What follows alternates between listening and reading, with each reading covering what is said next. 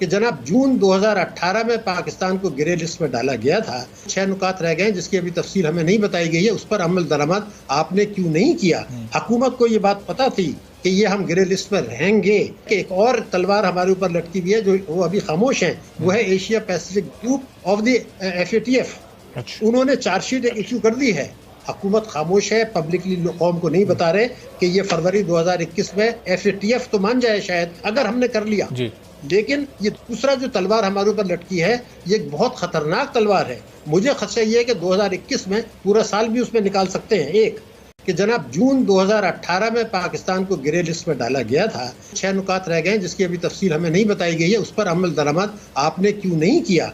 हुकूमत को ये बात पता थी कि ये हम ग्रे लिस्ट में रहेंगे। एक और तलवार हमारे ऊपर लटकी हुई है जो वो अभी खामोश है, वो है Asia Pacific group of the FATF। उन्होंने चार्जशीट इशू कर दी है, हुकूमत खामोश है, पब्लिकली कौम को नहीं बता रहे कि ये फरवरी 2021 में FATF तो मान जाए शायद अगर हमने कर लिया जी। लेकिन ये दूसरा जो तलवार हमारे ऊपर लटकी है ये एक बहुत खतरनाक तलवार है। मुझे खदशा ये है कि 2021 में पूरा साल भी उसमें निकाल सकते हैं। एक मुल्क की जो माशी सूरत हाल है उस पर भी बात करते हैं, लेकिन ये FATF में आज जो कुछ हुआ, पाकिस्तान एक बार फिर ग्रे लिस्ट में ही रह गया। हुकूमत तो इस बार बहुत कॉन्फिडेंट थी, तमाम बिल्स तमाम कवानीन भी FATF की जानिब से जो रिकमेंडेड थे वो भी पास कराए गए थे, फिर क्यों नहीं निकल सका पाकिस्तान ग्रे लिस्ट से? देखिए उसके दो पहलू हैं। पहली बात ये थी कि अब से कई हफ्ते पहले एक से ज्यादा मरतबा मैंने वॉइस ऑफ अमेरिका पर कहा था कि पाकिस्तान ग्रे लिस्ट में रहेगा, और पाकिस्तान में भी मुताबिक मरतबा कहा था। अभी हुकूमत जो सियासी बयानात देती है उसकी कोई अहमियत नहीं होती। जब आप मुकम्मल तौर पर उस पर अमल दरामद नहीं कर रहे तो एक जवाब तो बनता है, नंबर एक। मगर इसमें सियासत बहुत ज़्यादा हुई है और हम उसमें नाकाम रहे। भारत जो है वो एक पावरफुल कंट्री है, बड़ा कंट्री है, उसका बड़ा इन्फ्लुएंस है। उन्होंने एशिया पैसिफिक ग्रुप जो इनका है उसकी तरफ से पाकिस्तान के खिलाफ एक सख्त तरीन रिपोर्ट निकाली जिसमें इंतहाई गंदे अल्फाज इस्तेमाल किए पाकिस्तान के लिए, और उनकी कोशिश ये थी कि खुदा न खास्ता पाकिस्तान को ब्लैक लिस्ट में डाला जाए, जिसका इम्कान मैंने कहा था कि 0% है। दुनिया की कोई ताकत पाकिस्तान को ब्लैक लिस्ट में नहीं डाल सकती। मगर हमने उनको एक तो जवाब दिया कि 6 पॉइंट्स पर हमने अमल दरामद नहीं किया।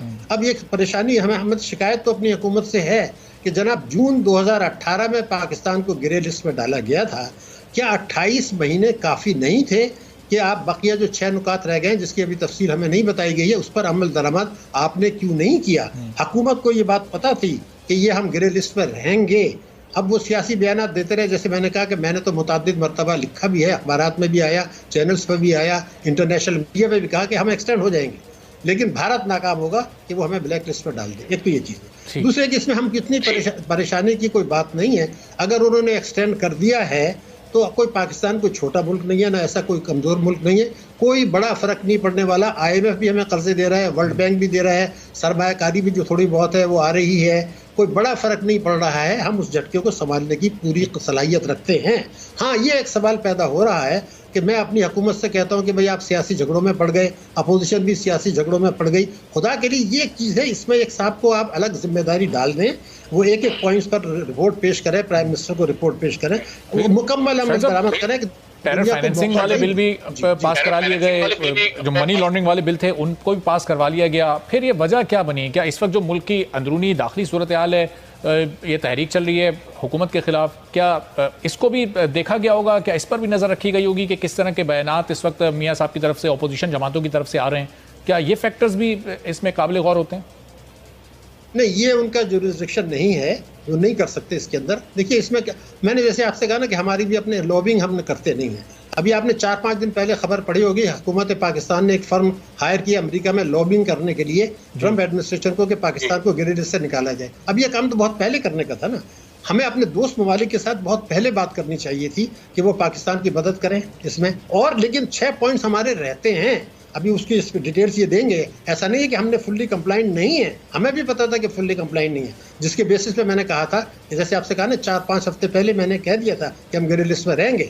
हमारी जो सबसे बड़ी खराबी है यानी सियासत के अलावा वो ये है कि भारत के मुतालिक रिपोर्ट आ गई है इंटरनेशनल जर्नलिस्ट की कि उनकी वो मनी लॉन्ड्रिंग में मुलव्विस है, उनकी बैंकें मुलव्विस हैं, मोदी हुकूमत उसकी सरपरस्ती कर रही है। तो जब भारत मेरे मुल्क पर रोज इल्जाम लगाता है मनी लॉन्ड्रिंग का, टेरर फाइनेंसिंग का, तो हमने क्यों नहीं कहा कि जनाब भारत को भी तो ग्रे लिस्ट में डालें? एक तो ये हमारी गलती है, ये करनी चाहिए थी। जो आप बात कर रहे हैं वो इसलिए अहम है कि हमने तो इतने सख्त कवानीन बना दिए कि उसमें ह्यूमन राइट्स की वायलेशन भी हो गई।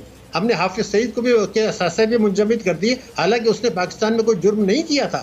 मैं आपको बता रहा हूं कि बैंकों के लोग मुझे डिपॉजिटर्स ये आके कहते हैं कि बैंक वाले हमसे अब ऐसे सवाल कर रहे हैं जायज पैसे के लिए कि जैसे मैं कोई चोर हूं। यानी हुकूमत ने पूरी कोशिश की ईमानदारी से, कुछ मामलात में स्टेट बैंक ने पूरी कोशिश की, SECP ने पूरी कोशिश की, कुछ की तरफ तवज्जो नहीं की, कुछ पे ज्यादा सख्त कर दिया। अपोजिशन को भी उन्होंने मनाया, कानून भी पास कराए, मगर बहरहाल 6 पॉइंट्स को आपने अमल दरामद ना करके अपनी कमजोरी उनके साथ रख दी, वहां सियासत हुई। लेकिन मैं जिस खतरा की तरफ आपकी तरफ इशारा करना चाह रहा हूं कि ये खतरा खाली अभी फरवरी में खत्म नहीं होगा, इसलिए कि मैं आपको बता रहा हूं कि एशिया पैसिफिक ग्रुप एक और है, वो अभी बात नहीं कर रहा है। उसमें 41 ममालिक हैं जिसका भारत वाइस चेयरमैन है। ये लॉबिंग करने में पाकिस्तान की कमजोरियां क्यों इतनी वाज़ेह हो रही हैं? क्यों लॉबिंग पाकिस्तान नहीं कर पा रहा? क्यों अपने उन ममालिक को भी जिनसे पाकिस्तान के अच्छे ताल्लुकात हैं अपने हक में वोट देने के लिए नहीं राजी कर पा रहा? और भारत क्यों कामयाब हो रहा है? इसकी क्या वजूहत है? देखिए, भारत का तो हमें बुरा लगे या भला लगे, एक बड़ा मुल्क है। अब भारत के जो चीन के साथ तजारती ताल्लुकात हैं, इन्वेस्टमेंट के ताल्लुकात हैं, वो पाकिस्तान की टोटल तजारत से ज़्यादा हैं। भारत को आप कुछ भी कहें, वो कितना बड़ा गुंडागर्दी कर रहे हैं, ह्यूमन राइट्स की वायलेशन कर रहे हैं, एक बड़ा मुल्क है, एक ताकतवर मुल्क है। वो भारत अमेरिका का स्ट्रेटेजिक पार्टनर है, दुनिया की सबसे बड़ी जमहूरियत है। भारत और चीन की तिजारत का हजम हमारी टोटल तिजारत जो दुनिया भर से है उससे ज़्यादा है। तो जब एक बड़ा मुल्क, हमारी मईशत अगर मजबूत हो जाएगी, हमारे पास भी वसाइल हैं, हम भी सियासत से निकले, तो हमारा भी असर रसूख होगा। अब बदकिस्मती से सही मानों में चाइना के अलावा हमारा कोई बड़ा सपोर्टर नहीं है, मगर चाइना भी अब अपने आप को एक रेस्पॉन्सिबल मुल्क पेश कर रहा है।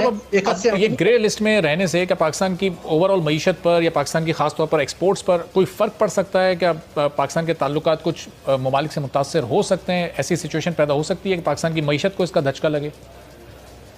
देखिए, 0% इसमें मुझे कोई शुबा नहीं है, मगर इस वक्त जो मैं आपकी खिदमत में बार बार अर्ज कर रहा हूँ, हुकूमत उसका बात नहीं कर रही है। वो ये है कि एक और तलवार हमारे ऊपर लटकी हुई है, जो वो अभी खामोश है, वो है Asia Pacific group of the FATF। उन्होंने चार्जशीट इशू कर दी है। अब वो किसी वक्त भी वो ये चाह रहे हैं कि ये फरवरी आ जाएगा और ये हमने कंप्लाइंस कर लेंगे, तो उस वक्त या उसके बाद जो है वो ये मसला दोबारा उठाएंगे कि आपके ऊपर ये चार्जेस हैं। हुकूमत को उनकी तफसील पता है, हुकूमत खामोश है, पब्लिकली कौम को नहीं बता रहे कि ये फरवरी 2021 में FATF तो मान जाए शायद, अगर हमने कर लिया जी। लेकिन ये दूसरा जो तलवार हमारे ऊपर लटकी है, ये एक बहुत खतरनाक तलवार है। मुझे खदशा ये है कि 2021 में पूरा साल भी उसमें निकाल सकते हैं। एक दूसरी एक और बड़ी अहम बात मैं आपको बता रहा हूँ कि इस वक्त बहुत सारी हमारी ऐसे कवानीन हैं जो मनी लॉन्ड्रिंग के ज़िम्मन में आते हैं, लेकिन अभी दानिस्ता उसको नजरअंदाज किया हुआ है, ताकि सब ये सारी चीजें हो जाएं तो फिर उसके बाद उसमें उठाया जाएगा। अब जब 131 जो हमारा 111 सबसेक्शन 4 है इनकम टैक्स ऑर्डिनेंस का, ये सारी चीजें उसकी जद में आती हैं। तो मेरा कहना ये था कि ये करें, अपनी मईशत को रिस्ट्रक्चर करें ताकि दुश्मन हमें कर ना सके। अपनी गर्दन 2 रोज पहले जो वजीर आजम ने ट्वीट किया कि इस वक्त पाकिस्तान का जो इस वक्त करंट अकाउंट है वो $792 मिलियन सरप्लस हो गया है। पाकिस्तान की एक्सपोर्ट्स 29% बढ़ गई हैं। पाकिस्तान का जो रेमिटेंस है वो 9% इजाफा हुआ है। तो ये अब आहिस्ता आहिस्ता पाकिस्तान की माशी सूरत हाल को मुस्तहकम होता आप देख रहे हैं, अच्छे माशी अशारी हैं पाकिस्तान के मुस्तकबिल के लिए? देखिए, हमारा मुल्क है, आपका मुल्क है, हमसे ज़्यादा कौन चाहेगा कि हमारी मईशत तरक्की करे? मगर मैं अफसोस से ये कह रहा हूँ कि प्राइम मिनिस्टर साहब के जो मुशीर हैं, वो प्राइम मिनिस्टर साहब को जो बातें बता देते हैं वो ना स्टेट बैंक की रिपोर्ट में होती हैं, ना मिनिस्ट्री ऑफ फाइनेंस की रिपोर्ट में होती। अब वो उनसे ट्वीट करा देते हैं, जब अब वो बातें गलत होती हैं तो फिर तो नाम तो उनका खराब होता है। तो मेरा ख्याल ये था कि अब उनको भी चाहिए कि इसका मतलब ये जो सिचुएशन उन्होंने अपने ट्वीट में बताई है फैक्चुअल नहीं है। नहीं, देखिए फैक्चुअल कैसे हो सकती है? आप मेरी बात सुन लेना। देखिए, करंट अकाउंट डेफिसिट की जो सरप्लस हुआ है, मैं आपको कह रहा हूँ इस साल वो माइनस में रहेगा, नंबर 1। नंबर 2 ये कि हमारी बरामदात गिर गई हैं, हमारा फॉरेन डायरेक्ट इन्वेस्टमेंट गिर गया, जो करंट अकाउंट पर इफेक्ट करता है। इसलिए मैं कह रहा हूं कि मैं लंबी बात नहीं कर रहा 2025 की, 2021 में बदकिस्मती से हमारा करंट अकाउंट जो है वो खसारे में रहेगा, फाजिल नहीं रहेगा। हमारी बरामदात गिरी हैं, अब आप तो क्यों कह रहे हैं कि बढ़ गई हैं? इसी बात में आपको बता दूं, जो करंट अकाउंट डेफिसिट जो होता है ना, ये होता है एक्सपोर्ट बढ़े, आपकी इंपोर्ट्स कम हो, सरमायाकारी बढ़े। हो क्या रहा है ये भी मैं आपको बता दूं। पहले मैं आपसे अर्ज कर दूं कि 2018 में जब टर्मोइल था तो 5 अरब डॉलर की सरमायाकारी आई थी पाकिस्तान में। ये स्टेट बैंक की रिपोर्ट है, मेरी नहीं है। इस 2 साल में 2 अरब डॉलर की आई है, यानी 1 अरब डॉलर सालाना। अब इससे करंट अकाउंट है तो इफेक्ट हो रहा है। हुआ क्या है कि हमने ये किया, एक्सपोर्ट तो गिराई 2 अरब डॉलर इस 3 महीने में, और बरामदात हमने बढ़ा दी, रेमिटेंसेस बढ़ा दी 3 अरब डॉलर। तो उससे करंट जो रेमिटेंसेस बढ़ी हैं उससे वो ट्रेड डेफिसिट जो है वो कन्वर्ट हो गया। तो रेमिटेंसेस असल तो वो ये कोई तरीका नहीं है। मईशत जब तरक्की करेगी, ग्रो करेगी, एक्सपोर्ट बढ़ेगी, तो करंट अकाउंट डेफिसिट होना भी कोई मुसीबत